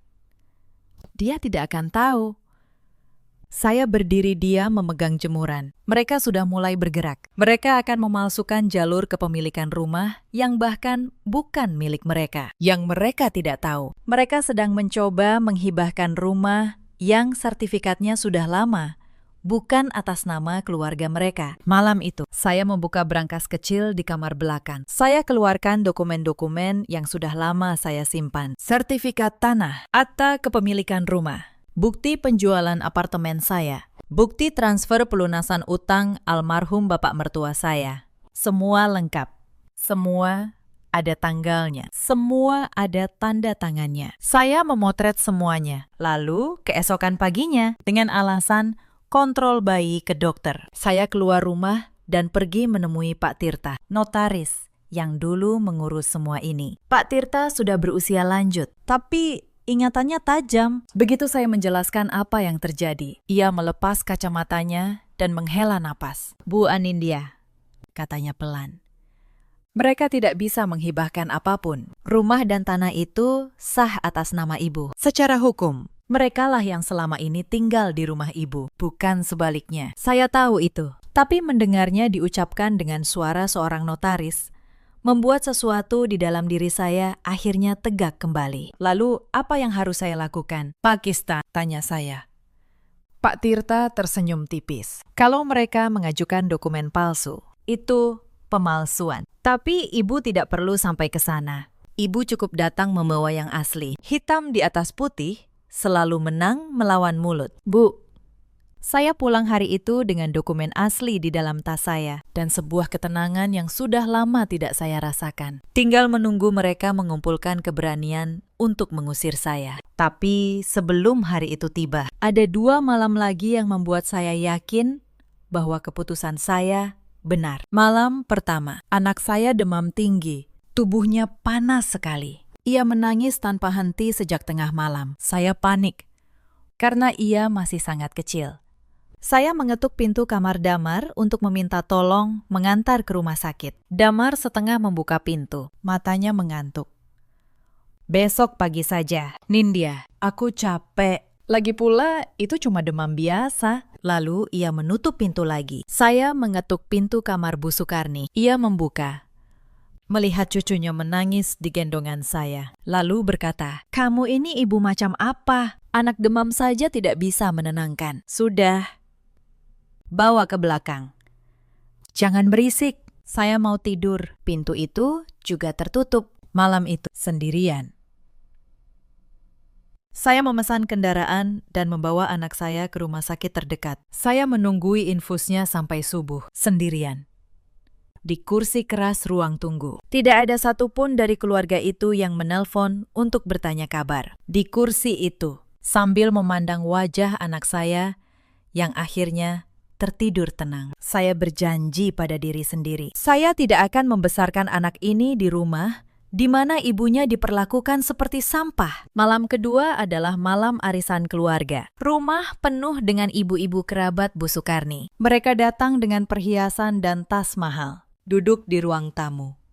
Dan Bu Sukarni dengan bangga melayani mereka. Tentu saja dengan tangan saya yang memasak dan menyajikan semuanya. Di tengah arisan, salah satu tamu bertanya, "Sukarni, ini menantumu." "Ya, kok kelihatan capek sekali?" Bu Sukarni tertawa kecil. "Iya, itu menantu saya." "Ya, beginilah.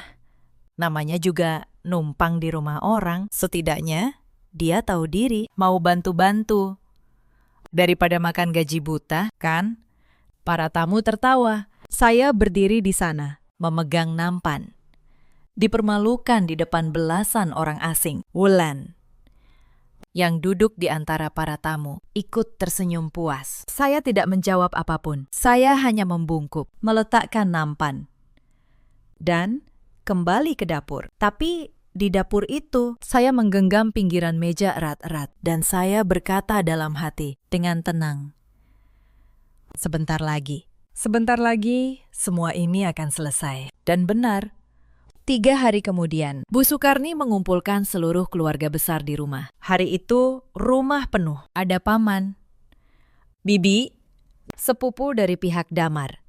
Meja makan dipenuhi rendang, opor, dan kue-kue mahal. Bu Sukarni ingin acaranya megah karena ia ingin punya banyak saksi. Saya diminta melayani semua tamu, membawa nampan, menuang teh, membersihkan piring kotor, sambil sesekali kembali ke kamar belakang menengok bayi saya yang tidur sendirian. Ketika semua sudah berkumpul, Bu Sukarni berdiri di tengah ruang tamu. Ia mengetuk gelas dengan sendok. Semua diam.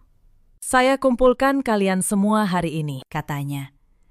Suaranya lantang, karena ada hal penting tentang keluarga ini yang harus diselesaikan. Matanya bergerak ke arah saya, yang berdiri di pojok dengan nampan di tangan. "Selama ini, saya bersabar," lanjutnya.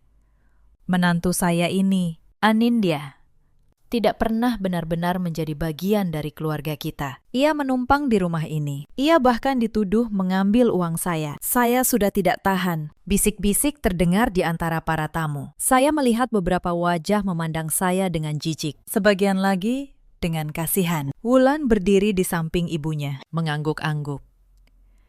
"Betul, Bu.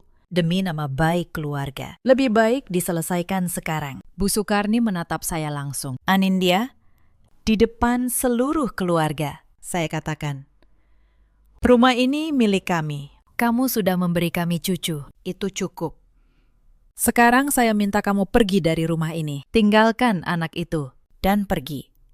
Angkat kaki dari rumah keluarga kami." Ruangan hening. Semua mata tertuju pada saya. Saya menatap Damar, suami saya. Ia duduk di sofa, menunduk, memandang lantai. Tidak satu kata pun keluar dari mulutnya untuk membela saya. 6 tahun pernikahan, dan ia memilih diam pada saat saya paling membutuhkannya. Di saat itu, sesuatu yang terakhir di dalam diri saya yang masih berharap akhirnya padam. Dan menjadi tenang. Saya meletakkan nampan di meja dengan perlahan. Saya menegakkan punggung saya. Lalu saya berbicara dengan suara yang tidak gemetar sama sekali. "Baik, Bu, saya akan pergi dari rumah ini," kata saya. "Tapi sebelum itu, ada satu hal yang harus didengar oleh seluruh keluarga yang Ibu kumpulkan hari ini." Bu Sukarni mengernyit. "Apalagi yang mau kamu katakan?" Saya membuka tas saya. Saya keluarkan map coklat yang sejak pagi sudah saya siapkan. Saya letakkan di atas meja, di tengah ruangan, di hadapan semua orang. "Ibu menyuruh saya angkat kaki dari rumah keluarga Ibu," kata saya. "Masalahnya, ini bukan rumah keluarga Ibu." Saya membuka map itu. Saya keluarkan satu persatu. Sertifikat tanah, akta kepemilikan rumah, bukti penjualan apartemen saya 6 tahun lalu, bukti transfer pelunasan utang almarhum Bapak ke bank 6 tahun lalu. Tanah peninggalan almarhum Bapak nyaris disita karena utang. Saya yang melunasinya.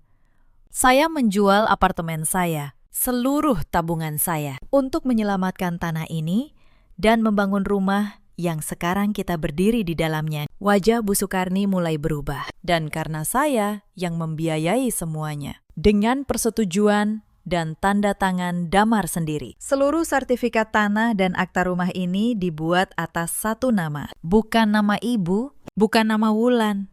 Saya mengangkat dokumen itu agar semua orang bisa melihat namanya. Nama saya, Anindya. Ruangan itu seketika senyap total, lalu meledak menjadi gumaman kaget. Para paman dan bibi saling pandang. Beberapa berdiri mendekat untuk membaca dokumen itu. Bu Sukarni terhuyung. Itu tidak mungkin. Itu pasti palsu. Damar, katakan itu palsu."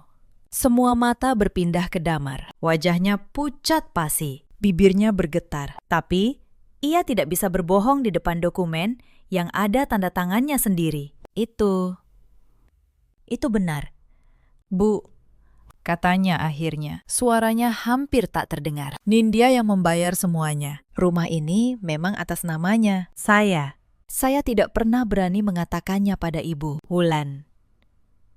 Yang tadi berdiri begitu percaya diri, kini wajahnya memucat. Tidak mungkin, Bu. Kita kan mau hibahkan rumah ini ke aku. Kita sudah urus suratnya." Dan dengan kalimat itu, Wulan baru saja membongkar rencananya sendiri di depan seluruh keluarga. Saya menatapnya tenang. "Oh, soal surat hibah yang kalian urus diam-diam itu. Saya tahu. Saya mendengarnya. Kalian berniat memasukkan pemindahan kepemilikan rumah yang bahkan bukan milik kalian. Itu namanya pemalsuan dokumen. Wulan dan saya secara hukum adalah pemilik sah rumah ini, seorang paman tertua yang selama ini dihormati di keluarga itu." Berdiri dan menatap Bu Sukarni dengan kecewa. "Sukarni, jadi selama ini kamu memamerkan rumah yang bukan milikmu, dan kamu memperlakukan perempuan yang menyelamatkan keluarga ini seperti pembantu." Bu Sukarni tidak bisa menjawab. Untuk pertama kalinya sejak saya mengenalnya, ia kehilangan kata-kata. Suasana di ruang tamu itu berubah total. Para kerabat yang tadi memandang saya dengan jijik, kini menatap Bu Sukarni dan Wulan dengan tatapan yang sama. Seorang bibi berbisik cukup keras. Jadi selama ini dia menyiksa menantu yang justru menyelamatkan keluarganya. Astagfirullah. Wulan, yang merasa semuanya runtuh, mencoba menyelamatkan diri. Ia maju ke arah saya. Suaranya berubah memohon. "Nindya, tolong. Kita kan keluarga. Kamu tidak akan tega mengusir kami, kan? Kami minta maaf." "Iya, kami salah." Saya menatapnya. Perempuan yang menjatuhkan panci rendang saya, yang memindahkan uang untuk menuduh saya mencuri, yang merebut bayi saya dari pelukan saya, yang menelpon notaris untuk memalsukan surat hibah. "Wulan," kata saya, "tenang. Sebulan yang lalu, kamu menelpon notaris untuk menghibahkan rumah ini ke namamu, diam-diam, tanpa sepengetahuanku. Saat itu kamu tidak berpikir kita keluarga. Sekarang, ketika kamu tahu rumah ini milikku, tiba-tiba kita keluarga. Sayang sekali, Aku tidak sebodoh yang kalian kira. Wulan terdiam. Wajahnya memucat. Salah satu paman yang tadi berdiri menghampiri saya. Ia menundukkan kepalanya sedikit. Sebuah penghormatan yang tidak pernah saya terima di rumah itu selama 6 tahun. "Nak, Anindya," katanya. "Atas nama keluarga ini, saya minta maaf. Kami tidak tahu apa yang sebenarnya terjadi. Kami hanya mendengar dari satu pihak. Maafkan kebutaan kami." Air mata hampir jatuh dari mata saya mendengarnya. Bukan karena sedih, tapi karena untuk pertama kalinya di rumah itu ada seseorang yang memperlakukan saya sebagai manusia. "Terima kasih, Paman," kata saya. Saya tidak pernah ingin menghancurkan siapapun. Saya hanya ingin dianggap ada. Bu Sukarni masih terduduk di kursinya. Tubuhnya seperti kehilangan tenaga. Ia menatap dokumen di atas meja, lalu menatap saya, lalu menatap Damar yang menunduk. Seluruh kuasa yang ia bangun selama bertahun-tahun, seluruh gengsi yang ia pamerkan, runtuh dalam hitungan menit. "Kenapa? Kenapa kamu tidak bilang dari dulu?" Suaranya bergetar. "Kalau memang rumah ini milikmu, kenapa kamu diam saja?" Saya menatapnya. Dan untuk pertama kalinya, saya melihat ketakutan di mata perempuan yang selama ini saya takuti. Karena saya tidak pernah menginginkan rumah ini. "Bu," jawab saya. "Saya hanya menginginkan sebuah keluarga. Saya rela memberikan rumah ini seluruhnya.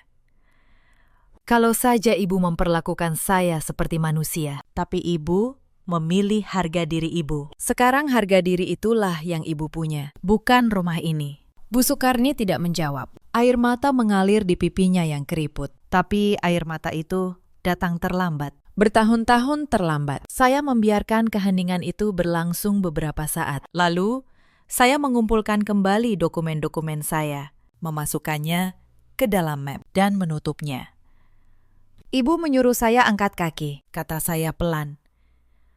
"Tapi, secara hukum, sayalah yang berhak menentukan siapa yang tinggal di rumah ini dan siapa yang tidak." Saya menarik napas. Selama 6 tahun, saya membayangkan momen ini. Dan ketika tiba, saya tidak merasakan kemenangan. Saya hanya merasa lelah dan akhirnya bebas. "Tapi saya bukan ibu," lanjut saya. "Saya tidak akan mengusir siapapun ke jalan malam-malam, seperti yang ibu rencanakan untuk saya. Saya beri waktu 30 hari. Setelah itu, urusan rumah ini akan diselesaikan secara hukum melalui Pak Tirta, notaris yang menyimpan seluruh salinan aslinya." Saya berbalik ke arah Damar, lelaki yang dulu saya cintai. Lelaki yang memilih diam ketika ibunya menyuruh saya pergi, sambil meninggalkan anak saya sendiri. "Damar," kata saya. "Selama 6 tahun aku menunggu kamu, berdiri satu kali saja untukku. Satu kali saja, hari ini. Ketika ibumu menyuruhku pergi dan meninggalkan anak kita, kamu menunduk. Itu jawaban yang aku tunggu. Sekarang, aku sudah punya jawabannya." Saya naik ke lantai 2. Saya masuk ke kamar bayi, yang dulu kamar saya. Saya menggendong anak saya, membungkusnya dengan selimut, dan memasukkan beberapa pakaiannya ke dalam tas. Bu Sukarni mengejar saya, panik. "Mau kamu bawa kemana cucu saya? Tinggalkan dia di sini." Saya menatapnya dengan tenang. "Bu, di malam saya melahirkan." Ibu berdiri di pintu dan bilang, "Menantu masih bisa dicari lagi." Hari ini ibu menyuruh saya pergi tanpa anak saya. Ibu tidak pernah menganggap saya ibunya, tapi saya ibunya dan ibu yang membawa anaknya. Saya turun, melewati seluruh keluarga yang masih terdiam. Mbak Rumi berdiri di dekat pintu. Air matanya mengalir. Ia menggenggam tangan saya sebentar. Akhirnya, "Mbak," bisiknya. Akhirnya, saya melangkah keluar dari rumah besar di Bintaro itu dengan anak saya di gendongan dan map coklat di tangan. Untuk pertama kalinya dalam 6 tahun, udara terasa ringan. Saya tidak pernah benar-benar mengusir mereka. Saya tidak perlu. 30 hari berlalu melalui Pak Tirta. Saya menawarkan sebuah kesepakatan yang adil, lebih adil dari yang pernah mereka berikan kepada saya. Pak Tirta sempat bertanya kepada saya di kantornya yang tenang, "Bu Anindya, secara hukum, ibu punya hak penuh Ibu bisa meminta mereka keluar dalam 7 hari. Ibu bisa menuntut Wulan atas percobaan pemalsuan dokumen. Kenapa ibu tidak melakukannya? Saya menatap dokumen-dokumen di atas mejanya. Dokumen yang selama bertahun-tahun menjadi rahasia saya. Kini menjadi kekuatan saya. Pak Tirta, kata saya. Selama 6 tahun mereka mengajari saya bagaimana rasanya dihina. Kalau saya membalas dengan cara yang sama, saya tidak lebih baik dari mereka. Saya tidak ingin menang dengan menjadi seperti mereka. Saya ingin menang dengan tetap menjadi diri saya. Pak Tirta memandang saya lama, lalu mengangguk pelan. Ibu perempuan yang kuat, bukan karena ibu punya dokumen ini, tapi karena ibu memilih bagaimana menggunakannya. Saya tidak melempar mereka ke jalan, saya menjual rumah itu. Rumah yang sah atas nama saya. Lalu sebagian hasilnya saya berikan kepada Damar sebagai bapak dari anak saya, agar ia bisa menyewa tempat tinggal untuk ibunya. Sisanya saya simpan untuk masa depan anak saya. Yang terjadi setelah itu, saya dengar dari Mbak Rumi yang tetap berhubungan dengan saya. Rumah megah itu terjual. Bu Sukarni, yang selama bertahun-tahun memamerkan rumah itu ke seluruh keluarga besar, kini tinggal di sebuah rumah kontrakan kecil. Para tetangga dan kerabat yang dulu mengaguminya, kini tahu kebenarannya. Bahwa kemegahannya selama ini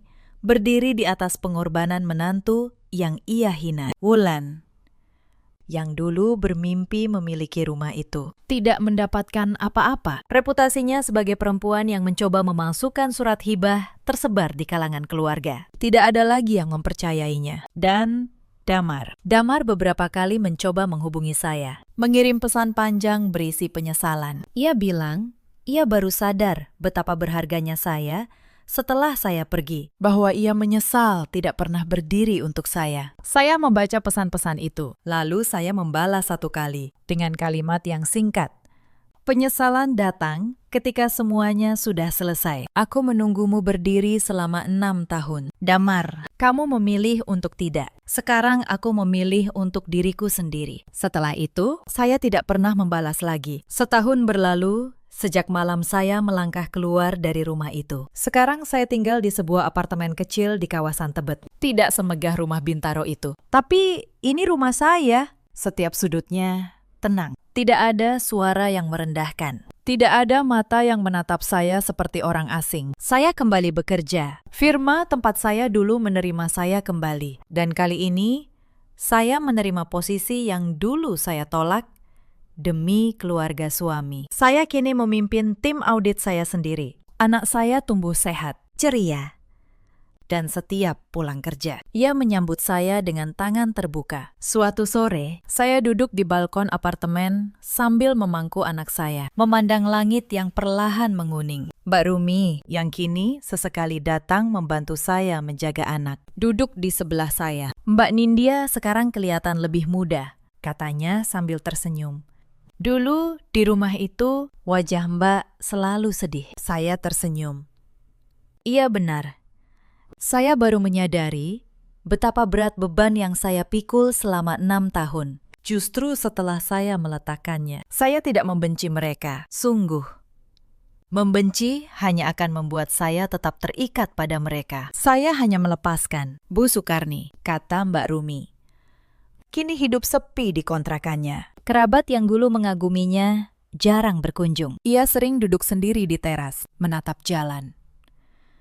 Seakan menunggu seseorang datang yang tidak pernah datang. Ia telah menukar kehangatan keluarga dengan harga diri yang salah. Dan kini, ia menanggung kesepian itu. Damar sudah berhenti mengirim pesan. Saya dengar ia masih sendiri, masih menyesali keputusannya. Tapi penyesalan, seperti yang pernah saya katakan padanya, datang ketika semuanya sudah selesai. Cerita ini mengajarkan satu hal kepada saya, dan mungkin kepada kalian juga. Jangan pernah menyia-nyiakan ketulusan orang yang berkorban untuk kita demi gengsi dan ambisi. Karena harta dan kekuasaan tidak akan pernah bisa menggantikan hangatnya keluarga yang sudah terlanjur disakiti. Dan jangan pernah merasa, hanya karena seseorang memilih untuk bersabar dan diam, ia adalah orang yang lemah. Kadang, orang yang paling tenang justru adalah orang yang paling siap. Mereka hanya menunggu waktu yang tepat untuk berdiri. Di luar sana, ada banyak perempuan yang mungkin sedang berada di posisi saya dulu, yang setiap hari berkorban, tapi tidak pernah dihargai, yang menelan air mata di dapur, sambil terus melayani orang yang merendahkannya. Kalau kalian salah satunya, ingatlah,